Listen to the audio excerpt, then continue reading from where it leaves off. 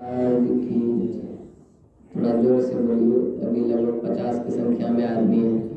थोड़ा आवाज लगे तो 4 आदमी निकाल रहे हैं।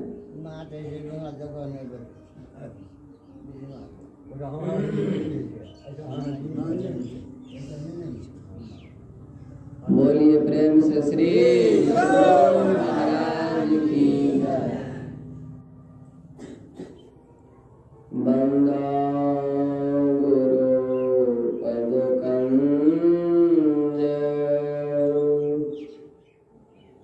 कृपा सिंधु नररूप हरे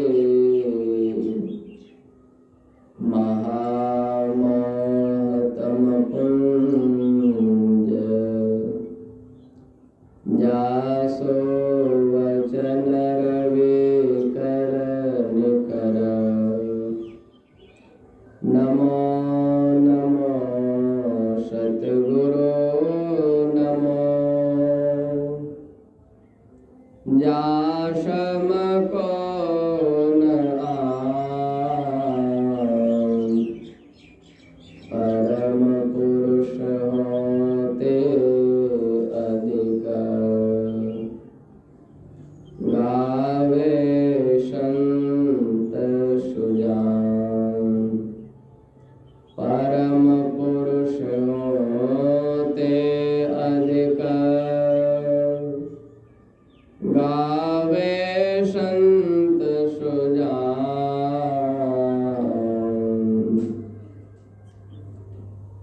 कण कण में सर्वत्र विराजमान परम आराध्य सदगुरु महाराज के युगल पाद पद्मों में कोटि कोटि सार नमन। सत्संग में आए हुए सत्संग से नए बंधुओं, माताओं एवं धर्मशिला भक्तिमती बहनों, आप सबों को भी प्रणाम।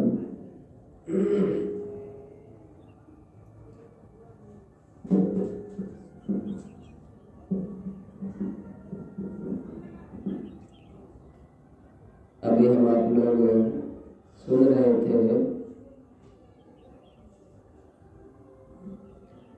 कि हमारे चंदन बाबू जो है, उनकी जो माता जी थे, उनका स्वर्गवास हो गया है। उसी के उपलक्ष्य में यह सत्संग का आयोजन जो है सो हो रहा है। ये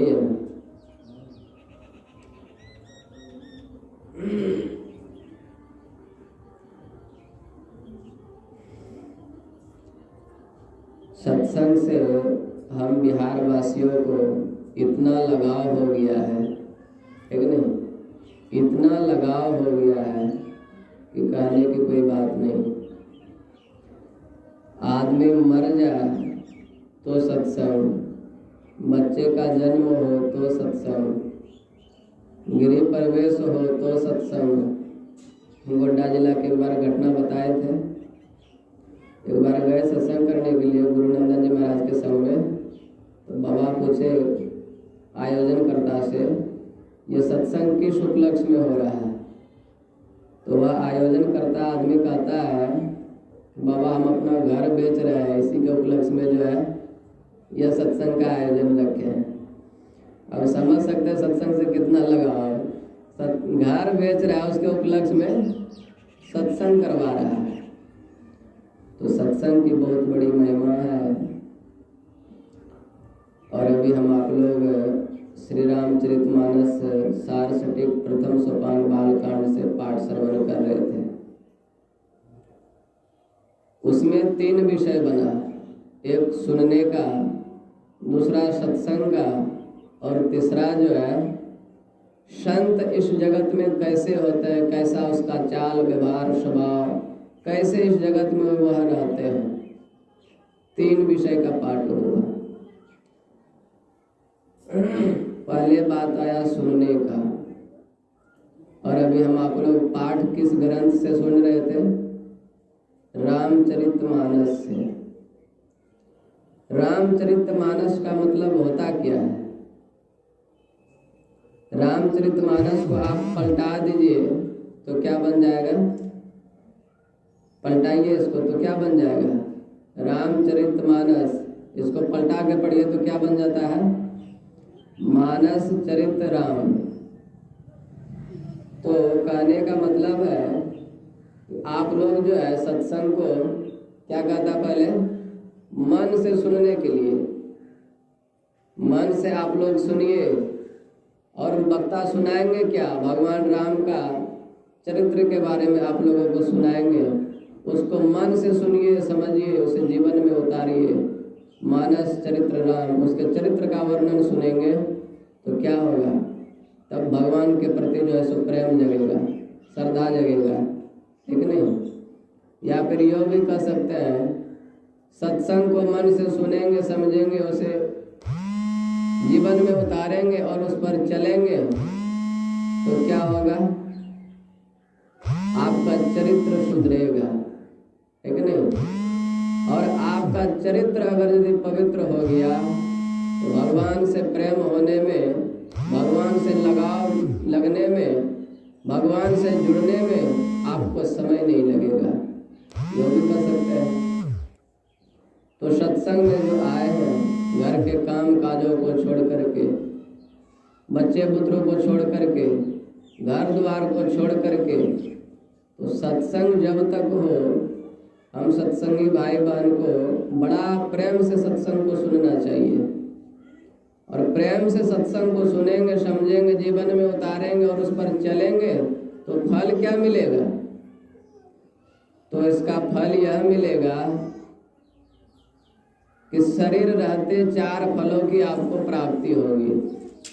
वो भी मरने के बाद नहीं, शरीर रहते, मरने के बाद जो मिलेगा वह तो बाद की बात है, लेकिन शरीर रहते आपको 4 फलों की प्राप्ति मिलेगी, होगी। वह 4 फल क्या है? अभी सुन रहे थे, सुनि समुझै जन मुदित मन, अमजहि अति अनुराग, अल्लाह 4 फल अचत तनु, साधु समाजो प्रयाग। जो सत्संग में आकर के संत महापुरुषों के वचनों को सुनता है, समझता है, उसे जीवन में उतारता है और उस पर चलता है तो फल क्या होता है? शरीर रहते 4 फल उसे मिलता है। वह 4 फल क्या है? अभी आप लोग सुन रहे थे, अर्थ, धर्म, काम और मोक्ष, ये 4 फल है। अर्थ आप लोग जानते हैं, सबको बराबर ये पाठ सुना करते हैं। अर्थ का मतलब क्या होता है? क्या होता है अर्थ का मतलब डॉक्टर साहब? धन। अर्थ का मतलब क्या होता है? धन। और उसके बाद क्या दिया है? अर्थ, धर्म। देखिए, सत्संग को आप सिर्फ सुनेंगे मनोयोग पूर्वक, श्रद्धा पूर्वक, तो क्या होगा? आपके जीवन में धन की कभी कमी नहीं होगी, है कि नहीं? धन अथाह हो जाएगा। कौन सा धन? संतोष रूपी धन। ये दुनिया जोड़ने वाला धन नहीं, दुनिया जोड़ने वाला धन नहीं होगा, संतोष रूपी धन होगा। वह संतोष रूपी धन आपको जब मिल जाएगा तो ये दुनिया जोड़ने वाला जो धन है, दुनिया में जो यूज करने वाला धन है, यह धन वहाँ पर क्या हो जाएगा? फीका पड़ जाएगा। और ऐसा ये धन तो प्राप्ति आपको होगी इस धन के, लेकिन इसके साथ साथ ये संसार का जो धन है उसकी भी प्राप्ति होगी, उसका भी कमी नहीं रहेगा आपको। गुरु महाराज का बारे में आप लोग बराबर सुना करते हैं। गुरु महाराज कहते थे, जो सब संतन की बड़ी बड़ी हाली डेली गाएगा उसे रोटी, कपड़ा और मकान की कभी कमी होगी? कभी कमी नहीं हो सकता है। तो आपको संसार में जीने वाला जो धन है वह भी प्राप्त होगा। सत्संग को सिर्फ आप मनोयोग पूर्वक सुनेंगे, समझेंगे, उसे जीवन में उतारेंगे तो वह धन की प्राप्ति होगी आपको। और क्या? वह धन की प्राप्ति तो होगी, लेकिन उसका यूज कैसे करना है, उसको लगाना कहाँ है, उसे खर्च कहाँ करना है, तो उसका लगाव जो है सो हमारे गोस्वामी तुलसीदास जी महाराज किससे जोड़ देते हैं? अर्थ का लगाव जोड़ देते हैं धर्म के साथ। अर्थ और धर्म ये दोनों का लगाव एक में जोड़ देता है। आपके पास ज़्यादा अर्थ हो जाए, ज़्यादा धन दौलत हो जाए तो क्या होगा? जिसके पास ज़्यादा धन हो जाता है तो धन पाकर के प्राय सभी का बुद्धि जो है भ्रष्ट हो जाता है, बिगड़ जाता है। तो उसका बुद्धि न बिगड़े न भ्रष्ट हो जाए, इसके लिए अर्थ का लगाव दे दिया है धर्म के साथ। आपके पास अधिक धन हो जाए तो उसको क्या कीजिए, धर्म में लगाइए, है कि नहीं। सत्संग करवाइए, दान पुण्य कीजिए, है कि नहीं। तो उससे क्या होगा, आपके पास जो अर्थ है उससे आपका बुद्धि नहीं बिगड़ेगा, आपका चरित्र नहीं बिगड़ेगा, आपका चाल व्यवहार ये सब बिगड़ेगा नहीं, आपका घर नहीं बिगड़ेगा। नहीं तो अर्थ को पा करके विभीषण को देखिए, वह भगवान श्री राम जो है लंका का राजा जब विभीषण को बना दिए तो वह विभीषण भी भगवान को भूल गया वहाँ का राज्य को पा करके। ऐसे बहुत सारा उदाहरण है। तो अर्थ पा करके प्राय सभी की बुद्धि जो है सो बिगड़ जाती है। तो इसके लिए गोस्वामी अर्थ का लगाव दे दिए है धर्म के साथ। तुलसीदास जी महाराज, आपके पास अधिक अर्थ हो जाए तो उसको धर्म में लगाइए। ये दोनों का एक साथ में लगाव जोड़ दिया है। उसके बाद क्या है, काम और मोक्ष है। 3 नंबर में काम को दिया है। जिसके पास अधिक धन दौलत हो जाता है, अधिक पैसा हो जाता है, तो क्या होता है, उसके अंदर में नाना प्रकार का कामना जो है सो उत्पन्न होते ही रहता है। आज करवेली बाजार में घर है तो कल मुरलीगंज में बनाएंगे, है कि नहीं। वहाँ भी घर बन करके तैयार हो गया और उससे भी अधिक बैलेंस है पास में, तो क्या कामना होता है, पूर्णिया चले जाए और बड़ा शहर में, है कि नहीं। वहाँ भी उसका पेट नहीं भरता है तो पटना भाग जाता है। वहाँ भी नहीं होता है तो पैसा जैसे जैसे बढ़ते जाता है वैसे वैसे वह आदमी जो है आगे बढ़ते जाता है, दूर भागते चला जाता है कि नहीं। उसके अंदर में कामना जो है सो बहुत प्रकार का उत्पन्न होने लगता है। तो कहते हैं अर्थ धर्म काम, कामना जो है सो आपके अंदर में ये सारा कामना उत्पन्न हो। लेकिन आप यह भी ध्यान में रखिए, यह भी याद रखिए, इतना जो कामना मेरे अंदर में उत्पन्न हो रहा है, इतना कामना जो मेरे अंदर में प्रकट हो रहा है, क्या यह सारा कामना जो है क्या हमको संसार समुद्र से पार करेगा, संसार रूपी समुद्र से निकालेगा। ये सब कामना संसार का जो है क्या भवसागर से पार करेगा, नहीं कर सकता है। तो गोस्वामी तुलसीदास जी महाराज कहते हैं ये सारा कामना आपके अंदर में हो, लेकिन इन सारे कामनाओं को रहते हुए आपके अंदर में यह भी कामना होना चाहिए क्या, कि हमको जो है मोक्ष भी प्राप्त करना है, इस संसार रूपी समुद्र से सुखी पूर्वक निकलना भी है कि नहीं डॉक्टर साहब, सुखी पूर्वक निकलना भी है। यह कामना आपके अंदर में होना चाहिए। उसके बाद तभी आप इस रास्ते पर चल पाएंगे, अन्यथा नहीं चल पाएंगे। नहीं तो संसार का कामना आपके अंदर में होते रहेगा और क्या होगा, संसार में जो है उलझते चले जाएंगे, उलझते चले जाएंगे। और होगा क्या, उलझते उलझते इतना उलझ जाएंगे कि उसी में मर के खत्म हो जाएंगे। उसी में मर करके खत्म हो जाएंगे तो परिणाम क्या मिलेगा, 184 भरमे के ऊपर अटके आए और अब के पासा ना पड़े तो क्या होगा, फिर 84 जाए।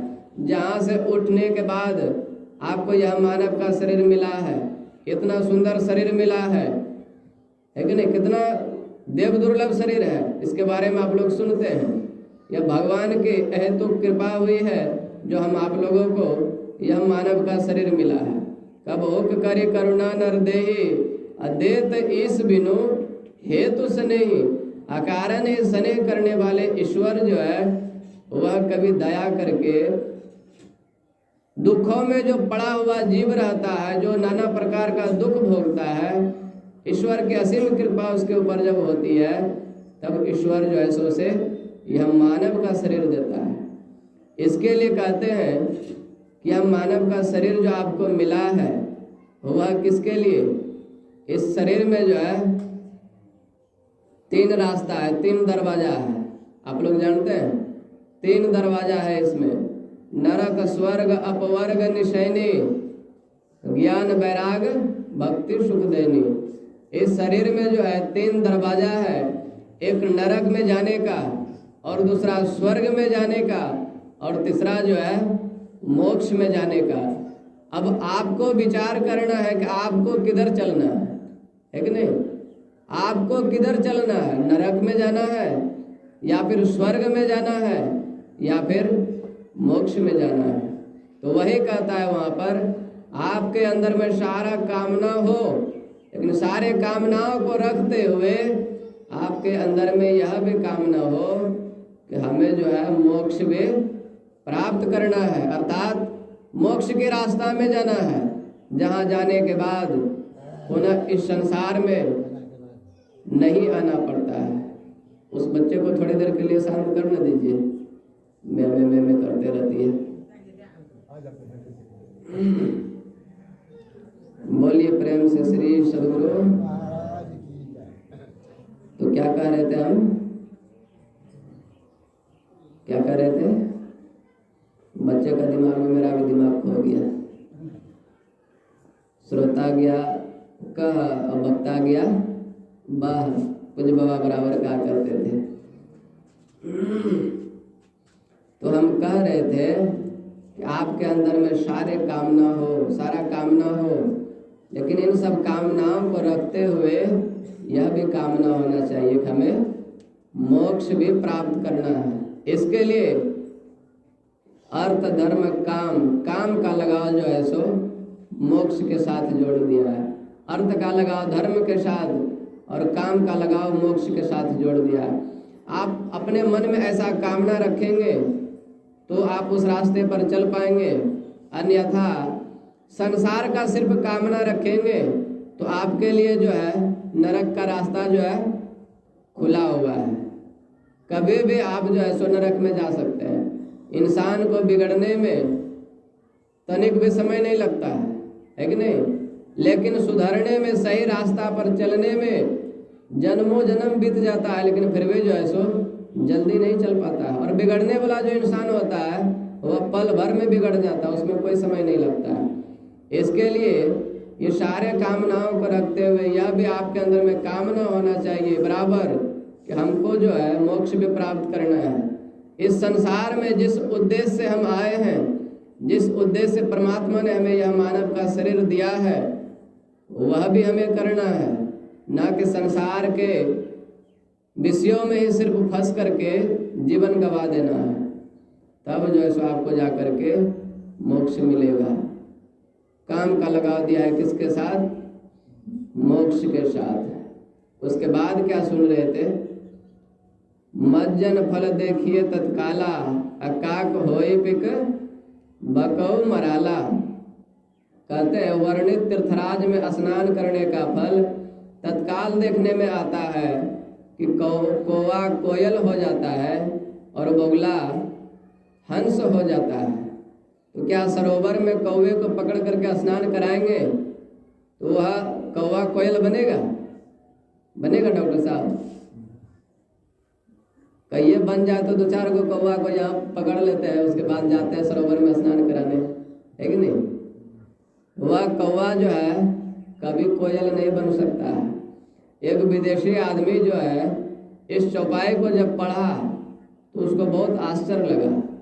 यह भारत का कैसा रामचरितमानस ग्रंथ है और इसमें लिखा हुआ है कि मज्जन फल देखिए तत्काला, काक होए पिक बकौ मराला, कि कौवे को पकड़ के सरोवर में स्नान कराया जाए तो वह कौवा जो है सो कोयल बन जाएगा। उसको बड़ा आश्चर्य लगा सोच करके। वह पढ़ने के बाद सोचता है क्यों ना आजमा करके देखा जाए कि कौवा को सरोवर में स्नान कराते हैं, देखते हैं कोयल होता है कि नहीं। वह आदमी विदेश से जो है भारत आया और भारत में आकर के उन्होंने एक कौवे को पकड़ा, कौवा को पकड़ा, जिंदा कौवा पकड़ा। उसके बाद चला गया प्रयागराज इलाहाबाद। इलाहाबाद में जा करके सरोवर के किनारे गया और उस कौवे को पकड़ करके पानी में जो है सो गोता लगा रहा है। और वह आदमी सोच रहा है, विदेशी आदमी, कि कहीं या कोयल बन जाए। देखते हैं बराबर कौवा को गोता लगाया जा रहा है पानी में, भला पानी में गोता लगाने से वह कौवा जो कोयल बनेगा, वह कोयल नहीं बनेगा। इतना गोता लगाया वह विदेशी आदमी, इतना गोता लगाया, वह कौवा जो है बेचारा छटपटाते छटपटाते वही खत्म हो गया। लेकिन वह कौवा जो है कोयल बना ही नहीं। जब कोयल नहीं बना हुआ कौवा, तो उस विदेशी आदमी को अंदर से बहुत गुस्सा उत्पन्न हुआ, जलजलाहट पैदा हो गया कि भारत के सभी संत भी झूठे हैं और सभी ग्रंथ भी झूठे, ऐसा कहने लगा। एकदम से चिढ़ गया ग्रंथ के प्रति, भारत के संत के प्रति। तब उधर से एक सज्जन व्यक्ति आ रहा था, उन्होंने जब देखा विदेशी आदमी को, वह आदमी पूछता है कि आप इतना गुस्से में क्यों हैं, बहुत गुस्से में दिखाई दे रहे हैं आप, क्या बात है। वह विदेशी आदमी कहता है कि देखिए भारत का यह कैसा रामचरितमानस ग्रंथ है, इसमें सिर्फ झूठी बात लिखा हुआ है कि नहीं, इसमें सिर्फ झूठी बात लिखा हुआ है। वह आदमी पूछता है कि क्या लिखा हुआ है, तो वह विदेशी आदमी कहता है देखिए इसमें लिखा है कि मज्जन फल देखिए तत्काला, काक होए बिक बको मराला, कि कौवे को सरोवर में स्नान कराया जाए तो वह कौवा जो है कोयल बन जाएगा। मैंने ना जाने कितना इस कौवे को सरोवर में स्नान कराया, कितना गोता लगाया, लेकिन यह कौवा जो है कोयल तो नहीं बना, लेकिन इसका राम नाम सत्य हो गया, उसका पाप अब हमको लगेगा। तब वह सज्जन आदमी कहता है कि महाराज जी आप पढ़ तो लिए, लेकिन इसको जो है गढ़े नहीं। पढ़ना अलग बात है, लेकिन गढ़ना जो है सो वह अलग बात है। बाबा देवी साहब के वचन है ना, बाल का आदि उत्तर का अंत, अब पढ़े पंडित बूझे संत। पंडित भी पढ़ करके नहीं पूछ सकता, कौन पूछता है, संत पूछता है, संत उस चीज को समझ सकता है। और कबीर साहब का वचन में आप लोग जानते हैं, एक चींटी के थूके से बन गए नदी हजार, है कि नहीं।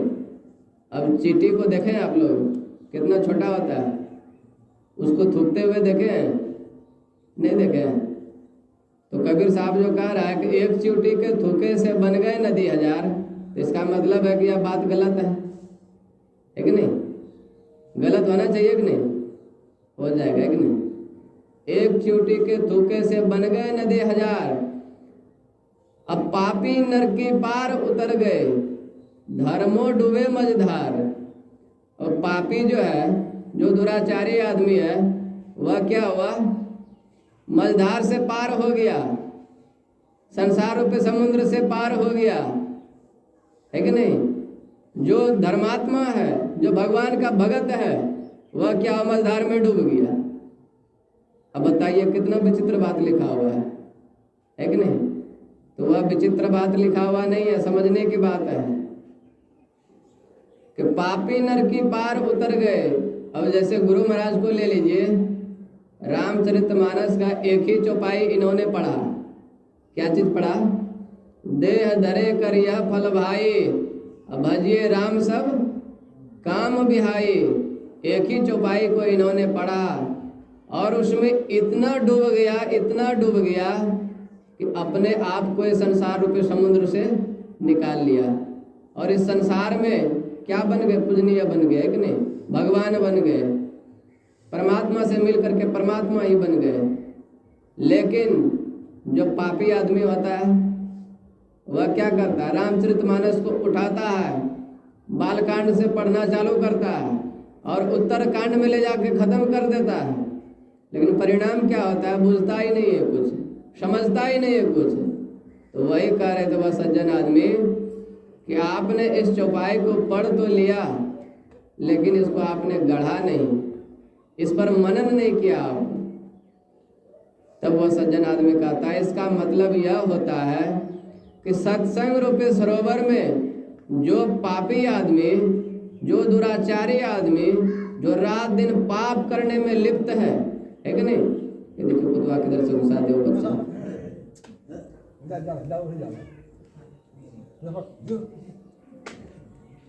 इसका भी विचार है सत्संग सुनने का। बोलिए प्रेम से श्री सद्गुरु महाराज की।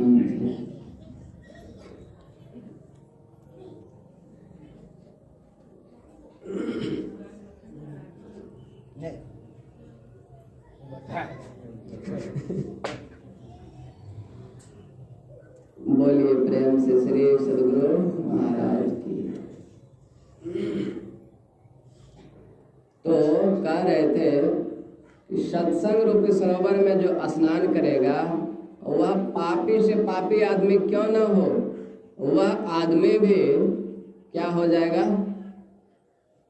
जो रात दिन कर्कश की तरह भाषा निकालता है, भाषा उसका एकदम से कटा हुआ निकलता है, वह आदमी भी अगर यदि सत्संग में आकर के सत्संग को थोड़ा थोड़ा भी सुनेगा तो सुनते सुनते ऐसा हो जाएगा उसका भाषा भी बड़ा मधुर निकलने लगेगा, सुनने में बड़ा मीठा लगेगा, है कि नहीं? तो आप लोगों के मन में विचार होगा कि ऐसा ऐसा हुआ किसका है कि नहीं? किसका विचार बदला है सत्संग को सुन करके? किसका जीवन बदला है? किसका बोली सुधरा है? इसके लिए गोस्वामी जी तुलसीदास जी महाराज उदाहरण में दे दिए हैं। क्या? वाल्मीकि नारद घट जोनी निज निज मुखनी कहे निज होनी। वाल्मीकि कौन थे? डाकू थे, हत्यारे थे, है कि नहीं? वह आदमी जब संतों का संग किया, सत्संग सुना, तो क्या बन गए? वाल्मीकि भगवान बन गए, है कि नहीं? आज उनकी संसार में पूजा होती है। तो ये है उस चौपाई का मतलब, है कि नहीं? वाल्मीकि नारद घट जोनी निज निज मुखनी कही निज होनी। और क्या? केशवदास जी महाराज कहते हैं, दासी के नारद हिरणी के श्रृंगेरी से अंडा से ब्रिंडा सुखदेव जी का हाथ है। नारद कौन थे? दासी पुत्र थे, आप लोग जानते हैं। वह दासी पुत्र, उसकी माँ जो है, जहाँ पर आश्रम था वहाँ पर जो महात्मा जी सब रहते थे, उनका जो जूठा पत्तल होता है वो आश्रम का सेवा क्या करती थी? वह जूठा पत्तल में जो भोजन बच जाता था, नारद मुनि जो थे, उसकी माता जी जो थी, वह पत्तल का बचा हुआ भोजन जो है सो प्रसाद जो है सो ग्रहण करती थी, है कि नहीं? तो हुआ क्या?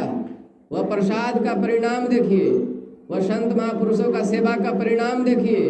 उसका जो पुत्र हुआ वह नारद बाबा बन गया, है कि नहीं? दासी के नारद, हिरणी के श्रृंगेरी से अंडा से ब्रिंडा सुखदेव जी का हाथ है। गागरी से कुंभज, रेणुका से परशुराम, कुल्हंडू से वाल्मीकि महिमा लखात है। मजगंधा से व्यास, गणिका से वशिष्ठ मुनि, शूद्रणी से भारद्वाज, ब्राह्मण का पद पाता है। यह सत्संग का इतना महत्व है। जो नीच से नीच प्राणी भी है, जो एकदम पिछड़ा हुआ जाति में जिसका जन्म हुआ है कि नहीं, वह आदमी भी सत्संग में आवे, संतों का संग करे, तो ब्राह्मण को फेल कर सकता है कि नहीं? कबीर बाबा कहते हैं क्या चीज? सतगुरु चारों वर्ण विचारे, ब्राह्मण वही जो ब्रह्म को चिन्हे, पहिने जनेऊ विचारे। और क्या? साधु के 100 गुण, जनेऊ के 9 गुण, सो पहिने ब्रह्मचारी। ब्राह्मण सब जो है, जनेऊ जो पहनता है, उसका गुण कितना है? बाबा कबीर समझाते हैं कि उसका 9 गुण है सिर्फ। लेकिन जो साधु बन गया, जिन्होंने संतों का संग कर लिया, उसके अंदर में कितना गुण आ जाता है? साधु के 100 गुण। अब जहाँ 100 गुण है वहाँ 9 गुण किसी काम का है? कितना फीका पड़ गया। बाबा कबीर कहता है साधु के 100 गुण, जनेऊ के 9 गुण, और 100 पहिने ब्रह्मचारी। वही केशवदास जी महाराज कहते हैं, मजगंधा से व्यास, गणिका से वशिष्ठ मुनि, शूद्रणी से भारद्वाज, ब्राह्मण का पद पात है। ब्राह्मण तो ये लोग हैं, वे लोग ब्राह्मण नहीं है जो ब्राह्मण कुल में जन्म हुआ और रात दिन सिर्फ पाप कर्म करने में लिप्त है कि नहीं? मुर्गा, मछली, अंडा, शराब, दारू, ताड़े पीता खाता है, वह ब्राह्मण है? वह कभी ब्राह्मण नहीं हो सकता है एक बार सत्संग करने के लिए गए थे, कहाँ, एक गांव है चाड़ा, उसका नाम ही है चाड़ा, जो कि पड़ता है भागलपुर जिला में। वहाँ गए थे तो एक पंडित जी आया था।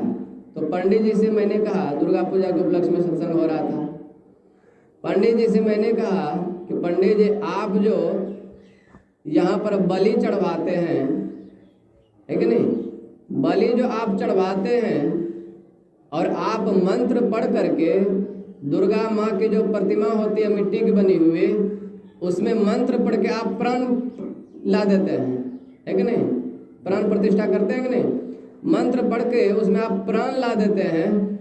तो एक काम कीजिए, आज के बाद जो है सो आप बलि चढ़ाना बंद कर दीजिए और एक तो मिट्टी का जो है बकरा बनवाइए, हाथी इतना बड़ा, है कि नहीं, और मंत्र को पढ़ करके उसमें आप प्राण ला दीजिए और उसका बलि चढ़ा करके उसका जो है सो बना करके खाइए। फिर वह पंडित जी कहता है, महाराज यह संभव कैसे है, ऐसा नहीं हो सकता है। देखिए उसको क्या कहेंगे, वह ब्राह्मण है, ब्राह्मण कभी नहीं हो सकता है। ब्राह्मण तो वह है हिरण्य के मजगंधा से व्यास, गणिका से वशिष्ठ मुनि, सुदृढ़ से भारद्वाज, ब्राह्मण का पद पाद है। ये लोग जो है ब्राह्मण है कि नहीं। कहे के शब्दास कभी कहाँ लोग करो बखान, सत्संग के प्रभाव से शिरोमणि कहात है। आज सत्संग के प्रभाव से क्या हो गया, संसार में पूजनीय बन गया, है कि नहीं।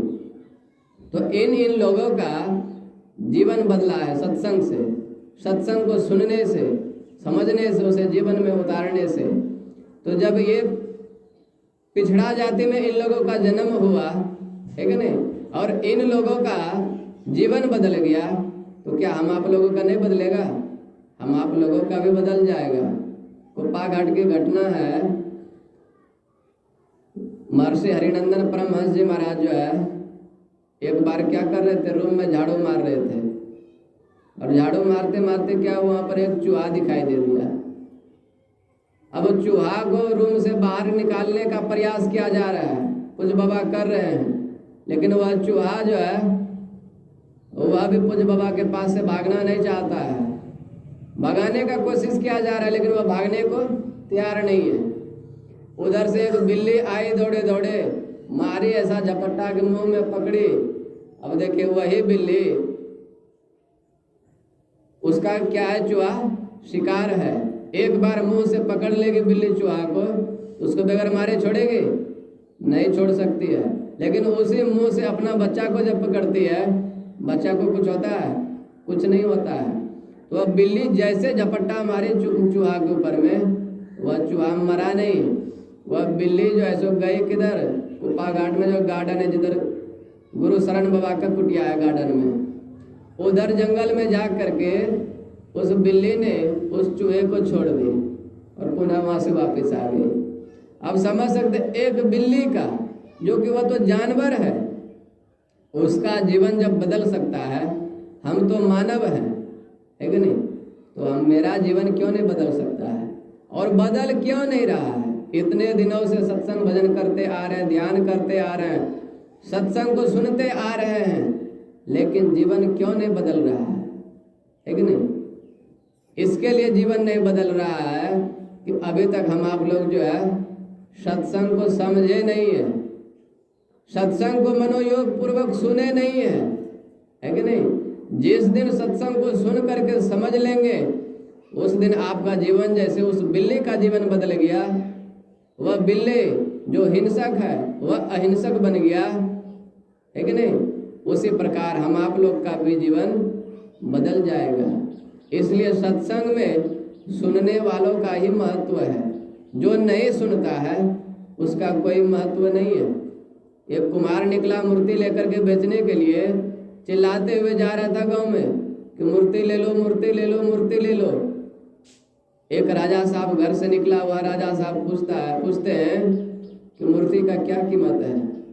वह कुमार कहता है कि राजा साहब, आप जो ये पहला मूर्ति देख रहे हैं इसका कुछ ही रुपया कीमत है, और ये दूसरा मूर्ति जो देख रहे हैं इसका अनंत कीमत है।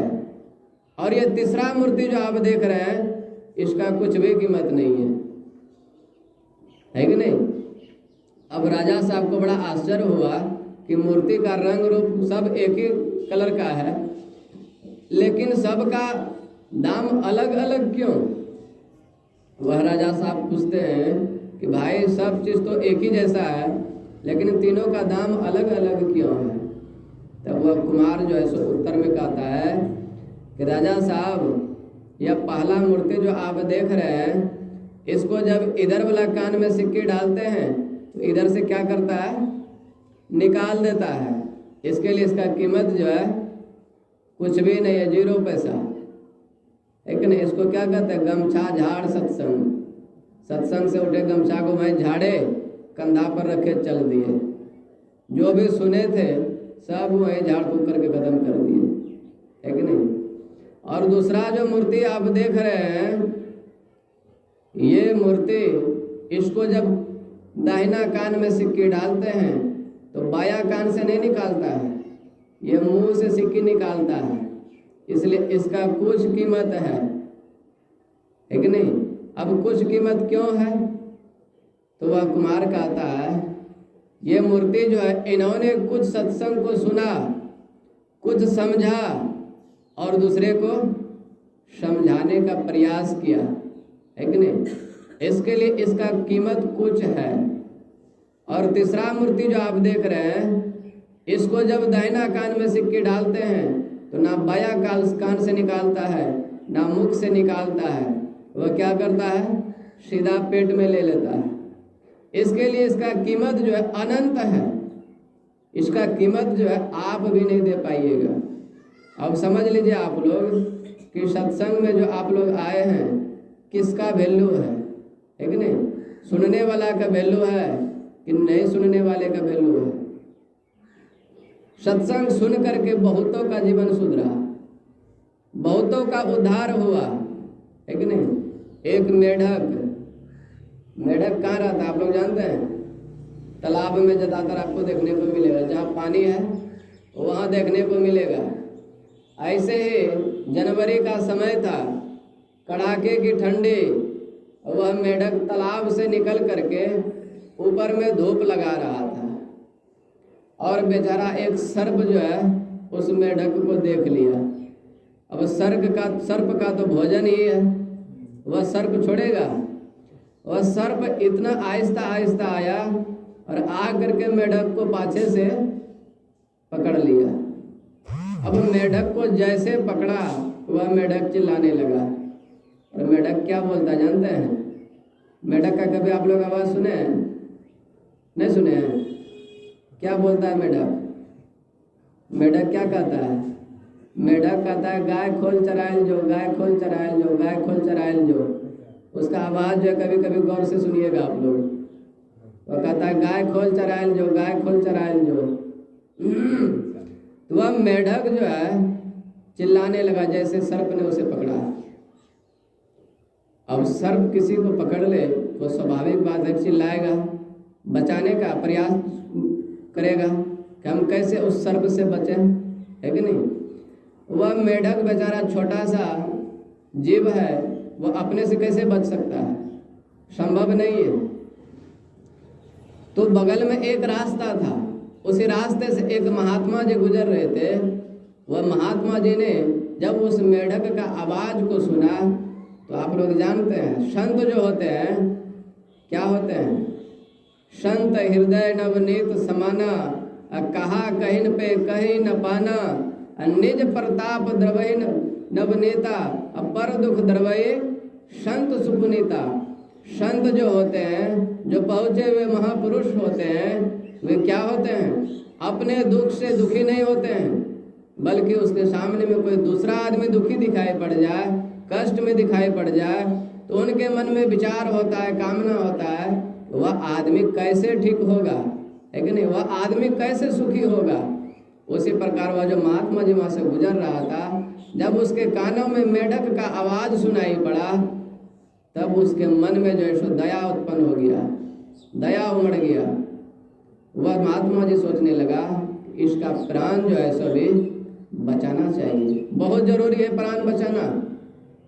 वह महात्मा जी अब बचाएंगे कैसे? सर्प से कैसे कोई भिड़ सकता है? वह दिमाग लगाया कि कैसे इसका प्राण बचाएंगे। अब महात्मा जी उसका प्राण बचाने का दिमाग क्या लगाया? वह महात्मा जी मेढक से कह रहा है तो तुम शांत रहो, समझा रहा है उसको।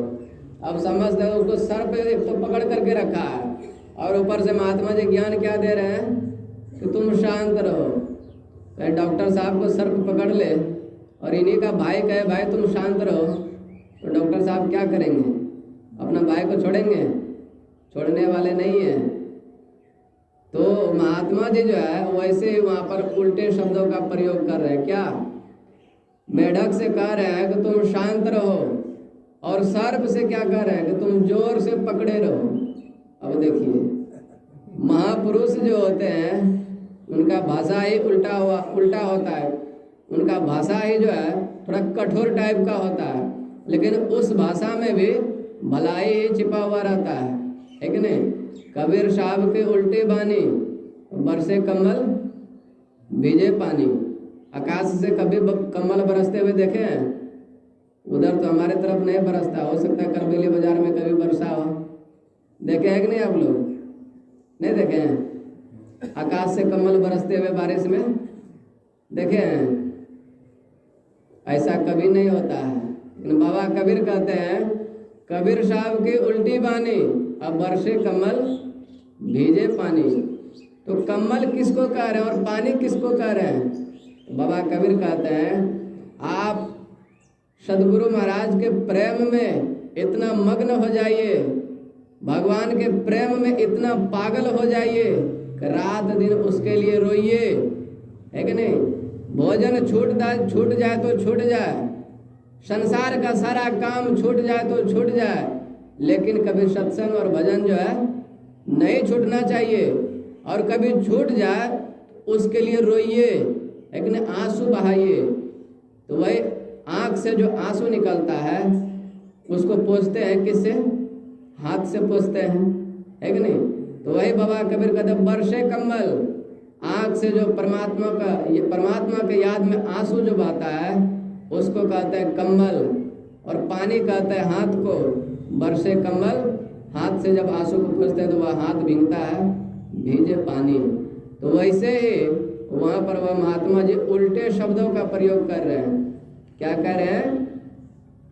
मेढक से कह रहे हैं कि तुम शांत रहो और सर्प से कह रहे हैं तुम जोर से पकड़े रहो। तो बेचारा मेढक सोचता है ये महात्मा जी सब जो है ना, इसको कोई काम नहीं मिलता है, इधर उधर भटकते फिरता है, इन लोगों का भला बात कौन मानेगा? कोई मानेगा? महात्मा जी का बात जल्दी नहीं मानता है। वैसे ही वह मेढक जो है महात्मा जी का बात को टाल दिया, भूल गया, नहीं माना बात को। है महात्मा जी सब बकबक झूठों का करते रहता है कि नहीं? 2 बार कह चुका था महात्मा जी और वह मेढक जो है उस बात को टाल चुका था। अब महात्मा जी सोचने लगा इन्होंने जब मेरा बात मान ही नहीं रहा है, अब क्या करें? नहीं मानेगा तो जाएगा सर्प के पेट में, है कि नहीं?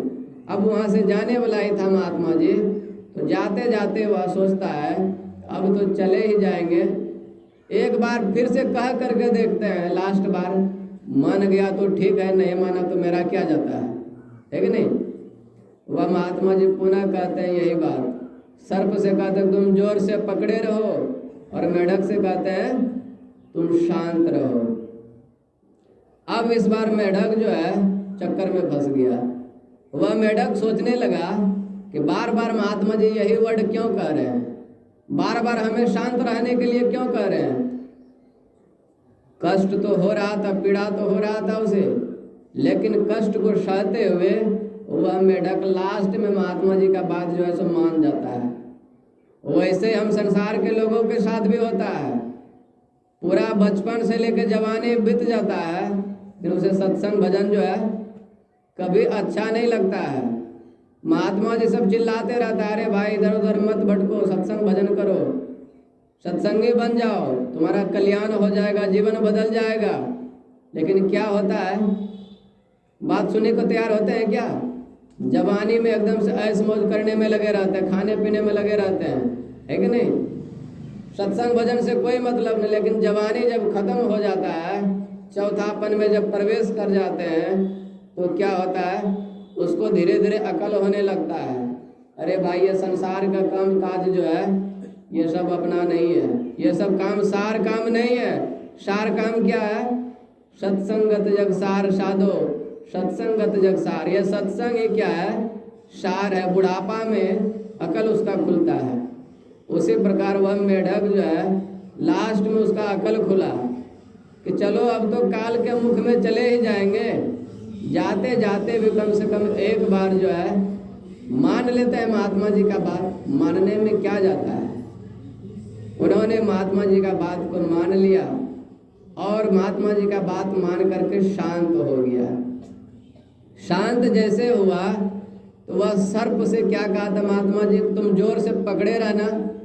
सर्प महात्मा जी का बात को भूल गया और सर्प सोचने लगा अब मेढक तो आवाज नहीं निकाल रहा है, छटर पटर नहीं कर रहा है कि नहीं? अब तो यह मर गया, भाग नहीं सकता है, अब इसको छोड़ देते हैं। अब आराम से धीरे धीरे जो है चबा चबा करके खाएंगे। इतने में क्या होता है, वह सर्प जो है अपना मुंह को खोल दिया। अब जैसे मुंह खोला सर्प, वह मेढक बेचारा मरा तो था नहीं, बगल में ही तालाब था, मारा तालाब में छलांग, चला गया भाग करके। कहाँ? तालाब में चला गया। और तालाब में जा करके वह मेढक कहता है सर्प से कि तुम बाबा जी का बात गया भूल, तब न गया 84 में झूल। अब देखिए, महात्मा जी का बात गया भूल, तब न गया झूल। और अपने बारे में क्या कह रहा है, हम गए महात्मा जी का बात मान, तब न गए आज 84 खान। देखिए, सत्संग सुनने का क्या महत्व है। उन्होंने महात्मा जी का बात को सुना, उसे जीवन में उतार लिया, उस पर चला भी, है कि नहीं? तो क्या हुआ, 84 का चक्कर से वह बच गया। काल का मुख में जो जा रहा था वह काल का मुख से निकल पड़ा, है कि नहीं? लास्ट में भी उन्होंने मान लिया तो काल का मुख से बच गया। लेकिन यहाँ पर बहुत सारे बूढ़े लोग आदमी सब है, सब कोई क्या कहता जानते हैं? कहता है बाबा क्या बताएंगे, इधर का भाषा में बोलता है, बाबा की बताइए, है कि नहीं? आवत हमरा जवानी खत्मे न भे गला है, अब भजन उजन कर नहीं है, परवा दीक्षा ले की करवे, है कि नहीं? दीक्षा लेकर के क्या करेंगे? समय तो निकल चुका है हाथ से, अब कुछ कर नहीं पाएंगे। तब उसको समझाते हैं, करे भाई अभी भी जो बचा हुआ है, अभी भी चाहेंगे तो बहुत कुछ कर सकते हैं, है कि नहीं? वह मेढक का जो है समय निकल चुका था, लेकिन काल के मुख में जाते जाते लास्ट में उन्होंने क्या किया, बात को मान लिया। तो 84 से निकला कि नहीं?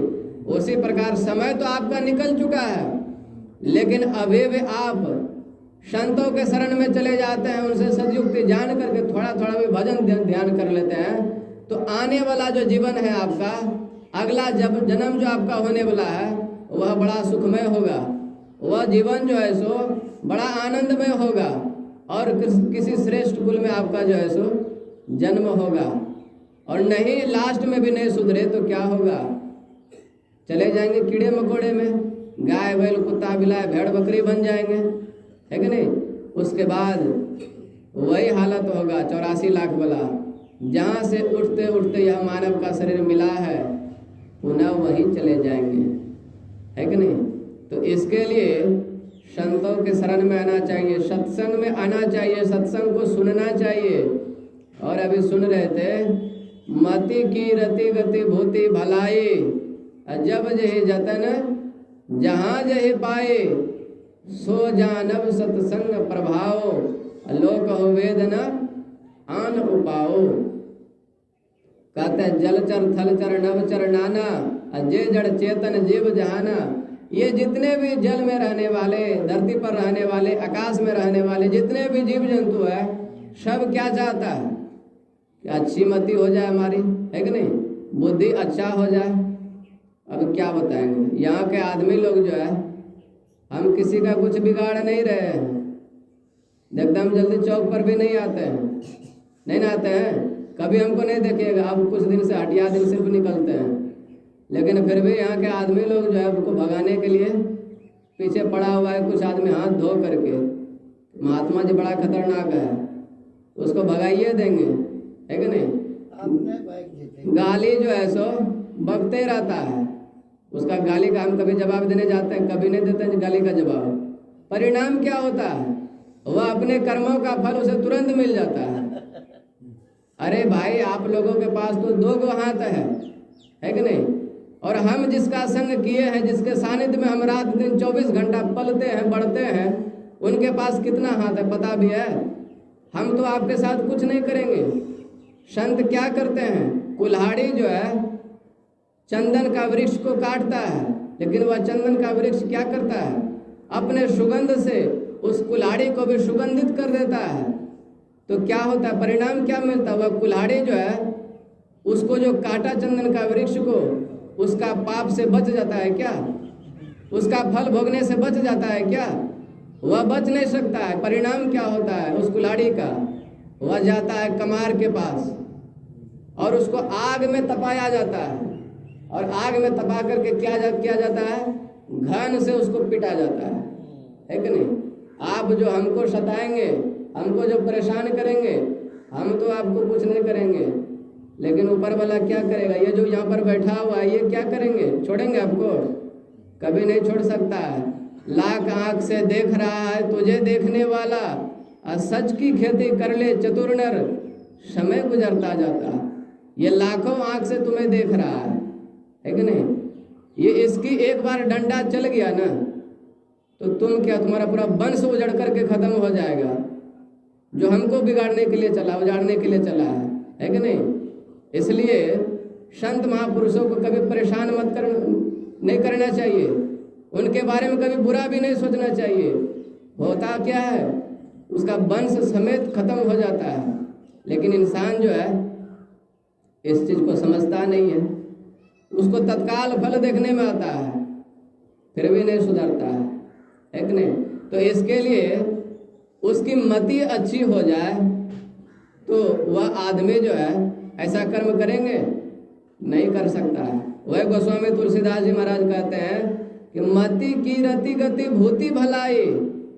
कौन नहीं चाहता है कि मेरा मति जो है वह अच्छा हो, कौन नहीं चाहता है कि मेरा इस संसार में कीर्ति हो, है कि नहीं। कौन नहीं चाहता है कि मेरा अच्छी गति हो, कौन नहीं चाहता है मेरा भविष्य जो है सो अच्छा बने, ये कौन नहीं चाहता है, सब कोई चाहते हैं। लेकिन होगा कैसे, तो कहते हैं मति की रति गति भूति भलाई, जब जय जतन जहाँ जय पाए, सो जानव सत्संग प्रभाव, लोक और वेद न आन उपाओ।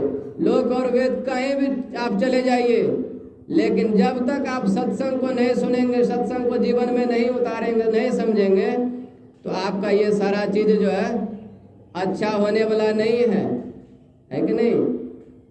ये सारा चीज आपका अच्छा होने वाला नहीं है। इसलिए सत्संग की बहुत बड़ी महिमा है। सत्संग करने से होता क्या है, तो इसी को सुंदरदास जी महाराज कहते हैं। सुंदरदास जी महाराज क्या कहते हैं, जो कोई जाए मिले उन सोनर, होत पवित्र लगे हरिरंगा, दोष कलंक सबे मिट जाए, सुनिच हो जाए सो होत उतंगा। है क्या नहीं। जो कोई नीर मलिन महाते, गंग मिले होए, सुंदर शुद्ध करे तत्काला, है जगमाही बड़ो सत्संगा। कहते हैं कि वह नाले का जो पानी होता है, गंदा पानी, वह भी गंगा जी में जा करके मिलता है, तो 1-2 मिनट के बाद क्या होता है, वह भी गंगा जल बन जाता है। संसार के लोग उसे डब्बा में भर करके घर लाता है, और घर में ला करके घर में छिड़क करके घर को पवित्र करता है। वह नाले का पानी कितना गंदा था, लेकिन गंगा में मिलते हुए क्या हो गया, गंगा जल ही बन गया। उसी प्रकार वह पापी मनुष्य भी दुराचारी मनुष्य भी सत्संग में आवे तो क्या होगा, वह आदमी का भी उसी प्रकार जीवन बदल जाएगा जैसे वह नाले का पानी का जीवन जो है तत्काल बदल जाता है, तुरंत बदल जाता है कि नहीं। इसके लिए एकदम मज्जन फल देखिए, तत्काला एकदम तत्काल जो है सो फल देता है वह तुरंत। तो सत्संग की बहुत बड़ी महिमा है, और वह सत्संग जो है हम आप लोगों को आज यहाँ पर मिला है। यह जो सत्संग हम आप लोगों को मिला है, हम आप लोगों के ऊपर में ईश्वर की कितनी बड़ी कृपा है। आसानी से मिला है क्या? आसानी से नहीं मिला है। सुंदरदास जी महाराज कहते हैं, सुंदरदास जी महाराज कहते हैं, लोक मिले परलोक मिले, सुरलोक मिले वैकुंठ हो जाए, सुंदर और मिले सब हे सुख, संत समागम दुर्लभ भाई। यह सत्संग मिलना जो है बहुत दुर्लभ है। राज मिले गजबाज मिले सब साज मिले, मनवांछित पाए। कहते आपका बहुत बड़ा राज हो जाए, गाज बाज ये बहुत बड़ा हो जाए, ये सारा चीज बहुत आपके पास हो जाए। आप लोग सुन रहे हैं ना, लोग ब्रह्मा जी का अलग लोक है, विष्णु भगवान का अलग लोक है, भगवान शिव का अलग लोक है कि नहीं। ये बहुत सारा लोक है। लोक मिले सुरलोक मिले विधि लोक मिले वैकुंठ हो जाए, आप वहां भी चले जाइए। लेकिन ये सत्संग मिलना कितना बड़ी बात है। सुंदरदास जी महाराज कहते हैं, सुंदर और मिले सब हेशु, लेकिन संत समागम दुर्लभ भाई। यह भगवान श्री राम क्या कहते हैं इसी को कि पुण्य पुण्य बिनु मिलहि न संता, है कि नहीं। जब तक आपका पुण्य राशि अर्जित नहीं होता है, पुण्य राशि जमा नहीं होता है, तब तक यह सत्संग जो है नहीं मिलता है। यह जो सत्संग हम आप लोगों को आज मिल रहा है, तो समझना चाहिए हमारा पुण्य राशि जो है सो कुछ अधिक अर्जित हो गया है, उसी के प्रताप से हमको यह जो है सत्संग आज मिल रहा है। और यह सत्संग की इतनी बड़ी महिमा है कि क्या कहा जाए। आप लोग जानते हैं, राजा परीक्षित को जब श्राप लगा था, राजा परीक्षित के सर पर जब कलयुग सवार हो गया था, सब कोई जानते हैं, कलयुग जब उसका सर पर सवार हो गया तो उसका बुद्धि भ्रष्ट हो गया, है कि नहीं। राजा परीक्षित जो है सोने का मुकुट को पहन करके रखा था सर पर, और सोने का मुकुट सोने में बास है कलयुग का। कलयुग क्या हुआ, उसमें जाके प्रवेश कर गया, और जैसे कलयुग उसमें प्रवेश किया उसका जो है बुद्धि भ्रष्ट हो गया। वह राजा परीक्षित बड़ा धर्मात्मा राजा था, लेकिन वैसे धर्मात्मा राजा से भी क्या हुआ, पाप कर्म हो गया। मुकुट पहनते ही सोने का उसका बुद्धि भ्रष्ट हो गया, दुराचारी आदमी बन गया, पापी आदमी बन गया। वह एक मरा हुआ सर्प को उठाया और श्रृंगी ऋषि के गले में जाकर के डाल दिया। श्रृंगी ऋषि के पास पहले आवाज लगाए, अरे हमें पानी प्यास लगा, हमें पानी दो पीने के लिए। वह श्रृंगी ऋषि ध्यान में इतना मग्न था, उसे उसका आवाज जो है सो सुनाई नहीं पड़ा। जब आवाज सुनाई नहीं पड़ा, वह श्रृंगी ऋषि नहीं उठा, तो क्रोध में आकर के मरा हुआ सर्प वहां पर पड़ा हुआ था। राजा परीक्षित उस सर्प को उठाता है और उठा करके श्रृंगी ऋषि के गले में डाल देता है। जैसे सर्प को डाला तो वह श्रृंगी ऋषि का जो पुत्र था उसे पता चला कि मेरे पिताजी के गले में मरा हुआ सर्प राजा परीक्षित ने टांग दिया है, सर्प डाल दिया है। वह श्रृंगी ऋषि का पुत्र श्राप देता है, क्या, जाओ तुम मेरे पिताजी के गले में मरा हुआ सर्प लटकाए हो, मैं तुम्हें श्राप देता हूँ, आज से 7वें दिन जो है तुम्हारी मृत्यु हो जाएगी। यही दक्षत नाग जो है सो तुम्हें डसेगा और इसी से तुम्हारी मृत्यु होगी। अब समझ सकते, उसको शराब दे दिया तो परिणाम क्या होगा। वह शराब से कैसे बचा, शराब से कैसे छूटा, उस राजा परीक्षित को भी क्या सुनाया गया था। उस शराब से छूटने के लिए, उस शराब से बचने के लिए सत्संग सुनाया गया था 7 दिन तक, है कि नहीं। तब जा करके वह राजा परीक्षित उस शराब से छूट पाया। जब राजा परीक्षित को सत्संग सुना रहे थे सुखदेव मुनि, तो उसी वक्त इंद्र भगवान जो है वहां से देखता है ये पृथ्वी लोक में क्या हो रहा है भाई। वह जाता है कहाँ? अपने गुरु के पास, बृहस्पति मुनि के पास, बृहस्पति जी के पास। इंद्र का गुरु कौन है? बृहस्पति जी। वह बृहस्पति जी के पास जाता है और जा करके अपने गुरुदेव से पूछता है इंद्र भगवान कि गुरुदेव ये पृथ्वी लोक में क्या हो रहा है। वह सुखदेव मुनि जो है क्या वहां पर कर रहा है, क्या सुना रहा है। तब वह बृहस्पति ऋषि कहते हैं वह सुखदेव मुनि जो है राजा परीक्षित को सत्संग सुना रहा है। तो इंद्र भगवान को आश्चर्य हुआ कि सत्संग क्या होता है, ये सत्संग सुनने से फल क्या मिलता है। तो वह बृहस्पति ऋषि कहते हैं ये सत्संग सुनने से वैकुंठ की प्राप्ति होती है। जो इस सत्संग को सुनता है वह सीधे वैकुंठ जाता है, भगवान विष्णु को लोक में चले जाता है। उसे पुनः जो है सो ये आवागमन का जो चक्र है इसमें नहीं फंसना पड़ता है, सदा के लिए सुखी हो जाता है। अब स्वर्ग लोक से तो ऊंचे पद है वैकुंठ लोक के, है कि नहीं। तो इंद्र बड़ा लालची है कि नहीं। इंद्र चाहता है कि हमसे ऊपर कोई उठे ही नहीं, ऐसा लालची है। तो इंद्र भगवान क्या करता है, वो बृहस्पति ऋषि के पास से निकला और स्वर्ग लोक में जो अमृत होता है एक घड़े में अमृत को भरा और अमृत को लेकर के आ गया कहाँ पर? सुखदेव ऋषि के पास, सुखदेव मुनि के पास। अब देखा है कि वहां पर जैसे यहाँ पर बहुत सारे आदमी लोग आकर के बैठे हैं, वैसे भी वहां पर आदमी से पूरा एकदम पंडाल जो है लबालब भरा हुआ था। अब बैठने का कहीं जगह खाली नहीं है। अब वह इंद्र भगवान पूछते हैं किससे? सुखदेव जी से कि बैठने का यहाँ पर जगह है ही नहीं, बैठेंगे कहाँ, थोड़ी सी जगह दे दीजिए ताकि मैं बैठ सकूं। लेकिन सुखदेव मुनि क्या कहते हैं, जैसे यहाँ पर सारा आदमी बैठा हुआ है उसी में कहीं जगह मिलता है बालू वगैरह पर, तो आप भी वहीं पर बैठ करके सुनिए सत्संग को। लेकिन वह लालची इंद्र वह क्या कहता है, देखिए यहाँ पर इतने जो है सब पब्लिक लोग जो आकर के बैठा हुआ है और हम तो राजा न है।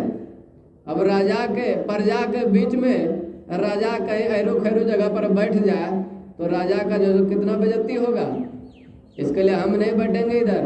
एक काम कीजिए, हम जो ये अमृत का कलश लाए हैं, एक काम कीजिए, यह अमृत जो है आप राजा परीक्षित को सुना दीजिए, पिला दीजिए, वह शराब से मुक्त हो जाएगा, अमर हो जाएगा।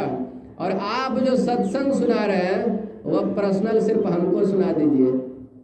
अब देखिए क्या कहते हैं, आप जो सत्संग सुना रहे हैं राजा परीक्षित को, वह सत्संग जो है आप हमको सुना दीजिए और राजा परीक्षित को यह अमृत पिला दीजिए। तो इससे क्या सिद्ध होता है कि सत्संग के सामने में जो है स्वर्ग लोक का जो अमृत है, जिसको पीने के बाद आदमी अमर हो जाता है, उसका शरीर नहीं छूटता है, वह आदमी मरता नहीं है। सत्संग के सामने में जो है वह भी क्या है, वह भी फीका है। सत्संग अमृत पीने से क्या होता है, स्वर्ग लोक में देवता रहता है, लेकिन जो सत्संग को सुनता है वह तो वैकुंठ लोक जाता है। इंद्र भगवान जैसे कहा कि अमृत को पिला दीजिए राजा परीक्षित को और सत्संग हमें सुना दीजिए, तब जो है सुखदेव मुनि कहते हैं कि इंद्र तुम भी कितना बुड़बक आदमी हो, किसी से कुछ बदला भी लिया जाता है तो बराबर का सामान दिया जाता है कि नहीं। जैसे कोई दुकान में राशन खरीदने के लिए जाते हैं तो आपको वह 1 रुपया का सामान देता है तो आप उसे 1 रुपया पैसा देते हैं कि नहीं। वह 50 पैसा का सामान दे दे तो आप उसको 1 रुपया देंगे? नहीं देंगे। वह 1 रुपया का सामान देगा तभी आप उसको 1 रुपया देंगे।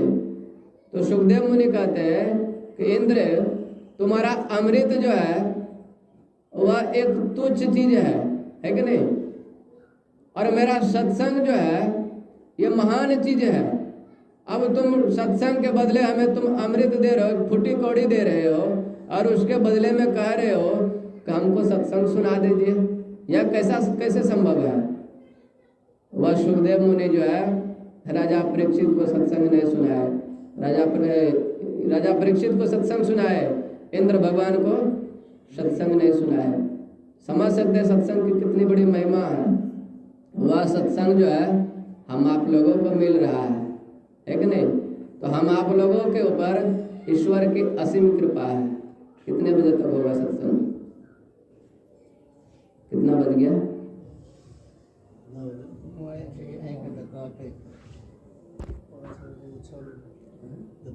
बोलिए प्रेम से श्री सद्गुरु। समय भी अधिक होते जा रहा है। कहने सुनने की बातें तो बहुत है कि नहीं? तो आप लोग जो यहाँ सत्संग सुनने के लिए आए, ईश्वर की असीम कृपा है आप लोगों के ऊपर में, जो आप लोग आकर के सत्संग सुने। और सत्संग को सिर्फ यहाँ से सुन करके ऐसे गमछा झाड़ सत्संग सुन करके मत चले जाइएगा, है कि नहीं? कुछ उस पर मनन कीजिए, कुछ विचारिए, उसे जीवन में उतारिए और उस पर चलने का प्रयास कीजिए। और चलिए भी, सिर्फ प्रयास करने में मत रह जाइए, तभी जो है सो आप इसका लाभ ले पाएंगे। और आप लोग जानते हैं कि यह जो सत्संग हो रहा है किस उपलक्ष्य में? हमारे चंदन बाबू जो है उसकी माताजी का शरीर छोटा है और ये किसमें कहते हैं? बरखी में, बरखी के उपलक्ष्य में यह सत्संग कराया जा रहा है। संसार में बहुत आदमी मरता है, बहुत आदमी शरीर छोड़ करके संसार से चला जाता है। तो क्या सब आदमी के उपलक्ष्य में ये सत्संग होता है क्या? सभी आदमी जब मरता है तो सबके मरने के बाद उसके नाम से ये सत्संग नहीं होता है। ये सत्संग किसके नाम से होता है? ये सत्संग उसी के नाम से होता है जो पुण्यात्मा है, जो धर्मात्मा है, जो सत्संगी है कि नहीं? वह माताजी सत्संग से जुड़ी हुई थी कि नहीं? सत्संग से जुड़ी थी, तो वही ना। तो जो पुण्य आत्मा होता है उसी के मरने के बाद उसके उपलक्ष्य में उसके जो परिजन होते हैं, उसके जो बच्चे पुत्र होते हैं, सत्संग करवाते हैं। तो सत्संग का फल किसको मिलता है? जिसके नाम से आप सत्संग करवा रहे हैं उसी को ना फल मिलेगा। बैंक में जो पैसा लगाने जाते हैं, आप जिसका खाता नंबर लेकर के जाएंगे उसी पर पैसा जाएगा, उसी के पास जाएगा, है कि नहीं? उसमें एक नंबर भी गड़बड़ा गया तो क्या होता है? जाता है उसके पास? क्या नहीं जाता है। उसी प्रकार यह सत्संग जो उसके नाम से जो हो रहा है, इसका फल किसको मिलेगा? उसी को मिलेगा। इसका लाभ जो है सो उसी को मिलेगा।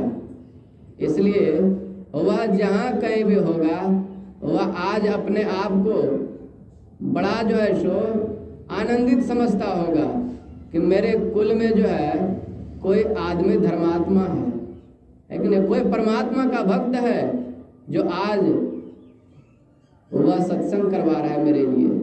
वह जहाँ कहीं भी होगा वह अपने आप में बड़ा आनंदित आज होता होगा। तो आप लोग आए सत्संग सुनने के लिए। आप लोग अगर यदि नहीं आते तो हम यहाँ पर क्या किसको सुनाते? कुतवाद के घूम के आ गया तो सुनने के लिए। आप लोग नहीं आते तो कुतबे को सुनाते हैं, है कि नहीं? तो खुशी की बात है कि आप लोग आए सत्संग सुनने के लिए। तो आप लोगों के ऊपर भी ईश्वर की असीम कृपा है। गुरु महाराज ऐसे ही करे, आप लोगों के ऊपर कृपा बनाए रखे और ऐसे ही आप लोगों को सत्संग जो है सो मिलता रहे। और जहाँ कहीं सत्संग हो आप लोग जा कर के सत्संग सुनते रहिए। और अभी खुर्दा में सत्संग है 25, 26, 27 स्वामी गुरुनंदन जी महाराज आ रहे हैं। जिनको जाना है जा कर के सत्संग जो है सुन लीजिएगा, सत्संग का लाभ ले लीजिएगा। और गुरु महाराज से मैं यही प्रार्थना करता हूँ चंदन बाबू के लिए, वह सदैव जो है सो सत्संग से जुड़ा रहे। गुरु महाराज उसके अंदर में ऐसा प्रेरणा जो है सदैव बनाए रखे सत्संग के प्रति। इतना ही कह करके मैं अपनी वाणी को विराम देता हूँ। बोलिए प्रेम से श्री सद्गुरु। दे दीजिए भजन।